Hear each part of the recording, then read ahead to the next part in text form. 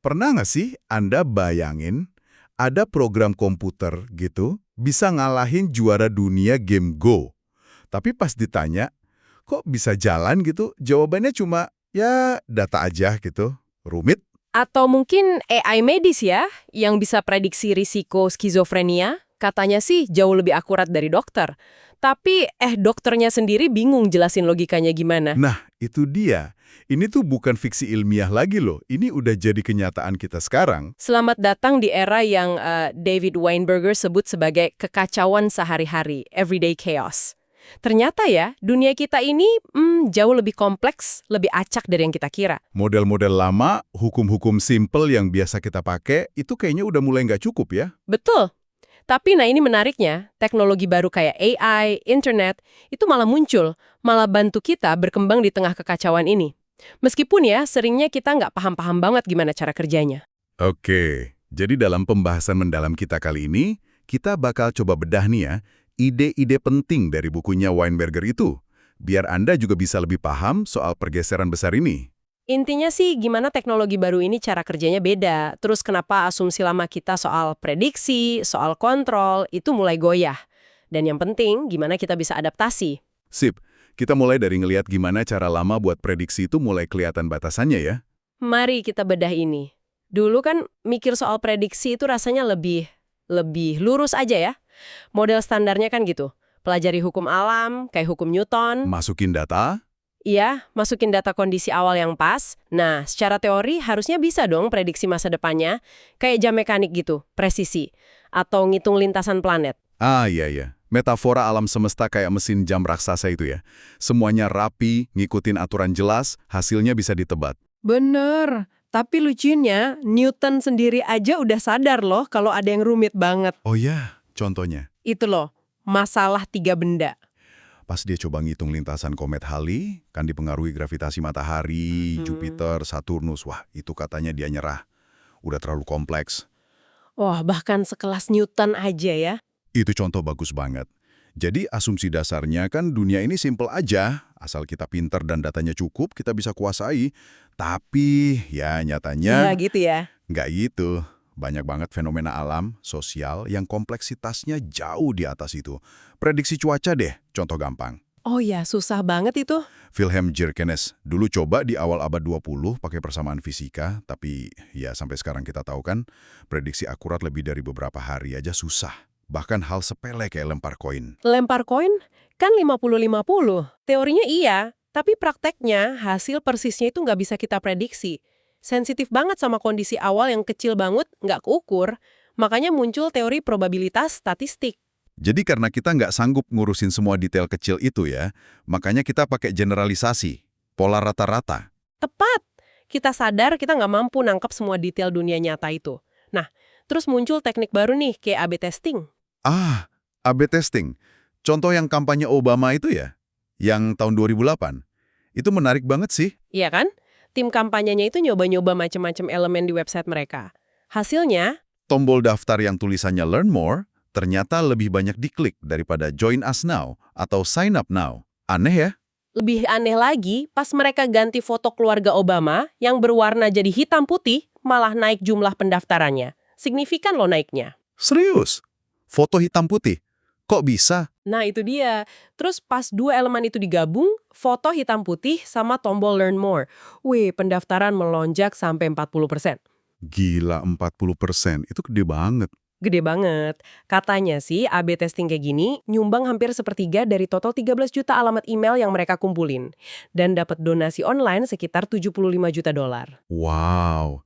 Tapi, nah ini nih yang bikin saya mikir. Timnya itu kan nggak tahu persis kenapa kombinasi itu berhasil. Betul. Nggak ada teori psikologi warna atau desain yang pasti gitu. Kenapa hitam putih lebih bagus, kenapa Learn More lebih narik waktu itu. Nggak tahu. Mereka cuma tahu dari data bahwa itu yang paling efektif buat tujuan mereka. Tapi kalau dipakai di kampanye lain, waktu lain, belum tentu berhasil kan? Bisa jadi nggak? Sangat kontekstual sifatnya. Rasanya ini kayak bilang, hasil lebih penting daripada paham sebabnya gitu ya. Agak gimana gitu kedengarannya. Nah, Anda nangkep poin pentingnya. A/B testing itu mainnya di level detail yang spesifik banget, kontekstual banget, faktornya bisa kecil-kecil, banyak banget, interaksinya rumit, Terlalu rumit buat dibikin jadi satu hukum umum gitu ya? Kayaknya gitu. Ini salah satu tanda awal kalau ngandelin prinsip umum atau pemahaman mendalam soal kenapa, itu mungkin bukan satu-satunya cara lagi. Atau bahkan bukan cara terbaik buat ngadepin dunia yang makin kompleks ini. Jadi kita masuk era di mana tahu bahwa sesuatu itu bekerja, dari data aja kadang udah cukup ya? Kurang lebih gitu. Dan ini langsung nyambung nih ke dunia AI dan mesin pembelajaran. Iya banget. Kalau A/B testing itu langkah awal, AI modern ini udah beda level ya. Kayak sistem deep patient itu. Yang analisis jutaan data rekam medis anonim itu kan? Iya. Ternyata bisa prediksi risiko penyakit. Kayak skizofrenia onset dini, seringnya lebih akurat dari dokter pengalaman. Atau AlphaGo deh. AlphaGo dari Google, yang ngalahin Lee Sedol, Master Go itu. Heboh banget waktu itu. Nah, yang beda banget di sini kan cara sistem ini belajarnya. Betul. Di Patient, itu nggak diajarin konsep medis kayak mahasiswa kedokteran. Nggak dikasih tahu gejala A, penyebab B, diagnosis C. Terus gimana? Cuma dikasih makan data mentah aja, ratusan variabel dari ratusan ribu pasien. Terus dibiarin nemuin sendiri polanya, korelasinya, yang kelelep di dalam data itu. Jaringan saraf tiruannya itu kompleks banget dong ya. Jutaan koneksi, bobotnya diatur terus. Kompleks banget. AlphaGo juga mirip. Dia nggak paham filosofi Go kayak manusia. Dia cuma tahu langkah mana yang peluang menangnya paling tinggi, hasil analisis jutaan game sebelumnya. Nah, ini dia nih, akar masalah kotak hitam atau black box di AI. Iya kan? Kita dapat hasil prediksi, keputusan yang akurasinya tinggi banget. Tapi seringkali kita nggak bisa ngelacak atau paham proses di dalamnya yang ngasilin output itu. Jadi kalau di Patient nyaranin Anda minum obat statin, dokter Anda mungkin nggak bisa jelasin langkah per langkah, oh ini karena ABC, gitu. Bisa jadi gitu. Logika internalnya yang nyebar di jutaan parameter itu terlalu rumit buat dipetain dan dipahami otak manusia. Coba ngintip ke AlphaGo buat tahu kenapa langkahnya jenius, ya isinya cuma lautan angka sama hubungan matematis aja. Waduh, jadi kita dapat akurasi tinggi, tapi kayak harus percaya buta gitu sama mesin. Kedengarannya agak serem juga ya. Iya, ini memang dilema besar sekaligus tantangan menarik sih.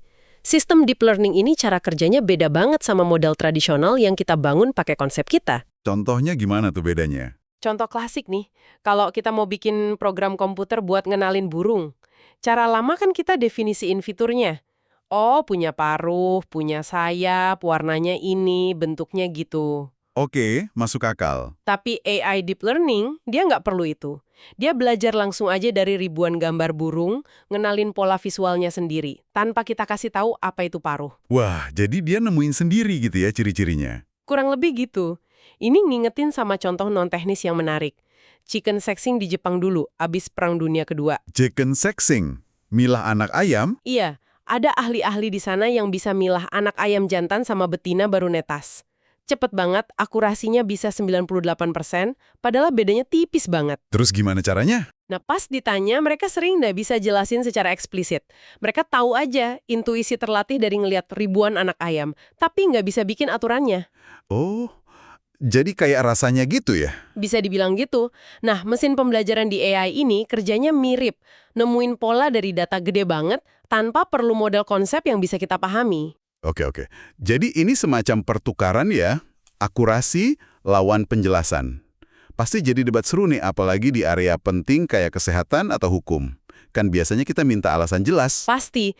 Makanya wajar muncul dorongan kuat buat bikin AI yang bisa dijelaskan. Explainable AI. Usaha yang penting itu. Penting banget. Tapi argumennya Weinberger itu, mungkin kita perlu geser fokus dikit nih. Ngejar penjelasan penuh gimana AI kerja itu kadang mungkin kayak nyoba paham tiap interaksi neuron di otak kita. Susah banget, bahkan mungkin mustahil. Jadi daripada pusing bongkar kotak hitam, Mungkin yang lebih penting adalah kita jadi jelas banget nentuin apa tujuan kita pakai AI itu.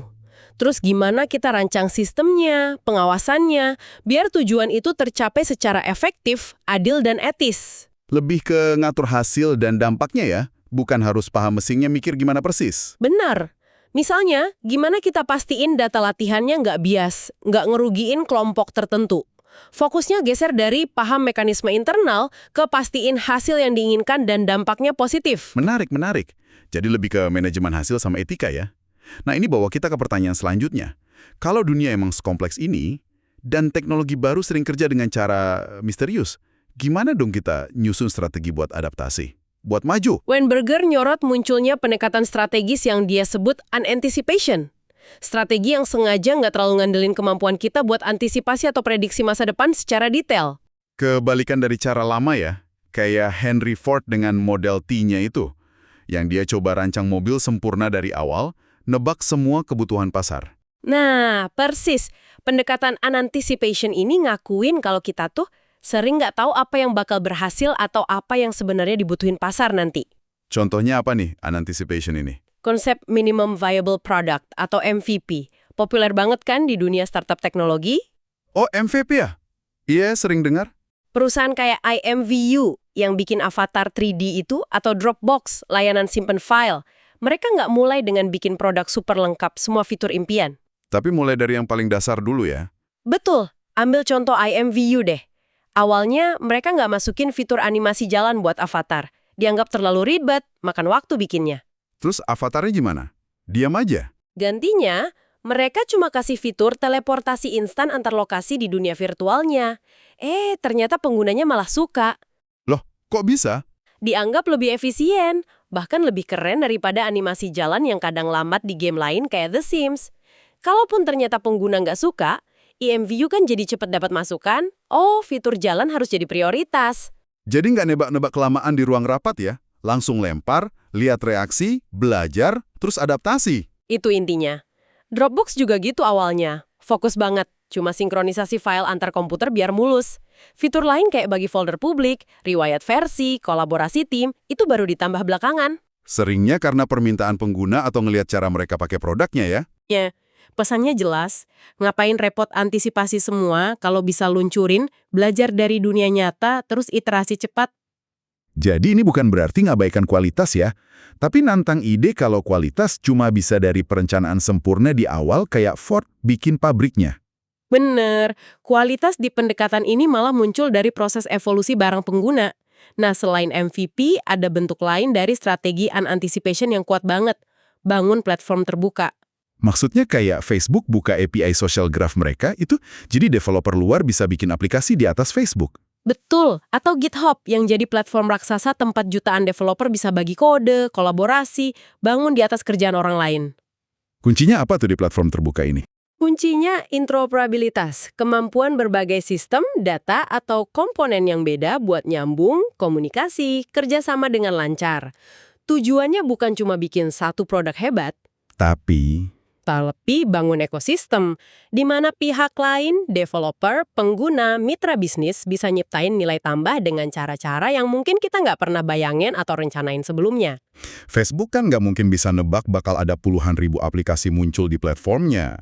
GitHub juga gitu, skala kolaborasinya gila-gilaan. Mereka nyiptain fondasi, terus biarin kemungkinan baru muncul.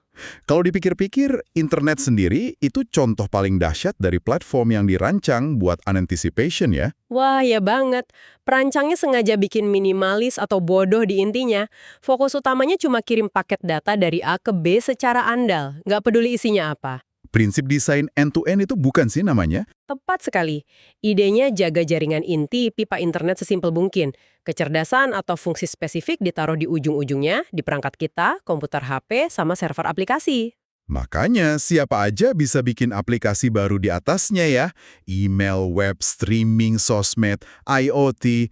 Nggak perlu izin atau ubah jaringan intinya. Bayangin kalau perancang awal internet coba antisipasi semua kegunaan. Terus bangun fitur kayak mesin pencari, enkripsi, filter konten, langsung di protokol intinya. Wah, nggak bakal bisa berkembang kayak sekarang ya. Jadi kaku banget. Justru karena bodoh di tengahnya itu, internet jadi liar dan generatif. Mengoptimalkan buat satu layanan yang kepikiran waktu itu, malah bakal ngehambat ribuan layanan lain yang nggak terantisipasi. Jadi, kesimpulannya nih, pergeserannya adalah daripada kita mati-matian jadi peramal ulung buat prediksi dan kontrol masa depan, Gitu ya? iya, nyiptain kondisi, platform, standar interoperabilitas, biar hal baru yang bernilai bisa muncul secara nggak terduga dari interaksi banyak pihak. Persis, ini perubahan cara pandang fundamental. Dari metafora dunia kayak mesin jam yang bisa ditebak, ke metafora dunia kayak ekosistem. Ekosistem yang dinamis, nyambung, kompleks. Dan yang penting, generatif. Punya kapasitas buat ngasilin inovasi dan kejutan baru. Nah, interoperabilitas, kemampuan berbagai hal buat ngobrol, itu jadi kayak bahan bakarnya. Bikin kombinasi baru jadi mungkin. Oke, oke. Mari kita coba tarik benang merahnya nih. Jadi, dari pembahasan kita hari ini, kelihatan banget ya kalau dunia ini ternyata jauh lebih kompleks, lebih sulit diprediksi daripada yang kita kira. Penyederhanaan kita ada batasnya. Betul. Dan yang menarik, teknologi baru kayak AI, internet, itu bukannya mau naklukin kompleksitas ini, malah ngasih kita alat buat navigasi, bahkan manfaatin kompleksitas itu. Dan seringnya, kita bisa dapat hasil lebih baik, prediksi lebih akurat, inovasi lebih cepat, tanpa harus paham penuh kenapa atau gimana cara baru ini kerja detailnya. Iya kan? Ini tentu agak mengguncang citra diri kita sebagai spesies yang unggul karena bisa paham alam semesta secara rasional.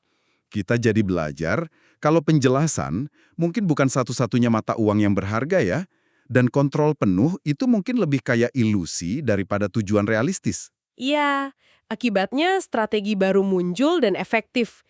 Kita belajar lebih ngerangkul ketidakpastian, bukan ngelawan mati-matian. Fokus bangun platform buat kemungkinan tak terduga, bukan produk akhir yang kaku. Orientasinya lebih ke hasil dan tujuan, tapi, nah ini penting, sambil tetap harus waspada banget sama isu keadilan, potensi bias, implikasi etis. Pastiin tujuan baik dicapai dengan cara yang baik juga. Nah, sebagai penutup nih, ada satu pertanyaan yang mungkin seru buat Anda bawa pulang, buat direnungkan. Muncul dari semua obrolan kita ini. Kalau mesin ternyata bisa tahu atau prediksi dengan efektif banget tanpa perlu memahami kayak cara manusia memahami, Terus apa dong makna pemahaman itu buat kita di masa depan? nah itu dia. Di dunia yang makin banyak dipandu logika mesin yang mungkin gak akan pernah bisa kita selami sepenuhnya, gimana kita bisa cerdas ngenalin dan manfaatin keunikan kita sebagai manusia? Intuisi kita. Kreativitas, empati, pemahaman konteks yang lebih luas, gimana kita manfaatin itu secara optimal? Menarik buat dipikirin ya.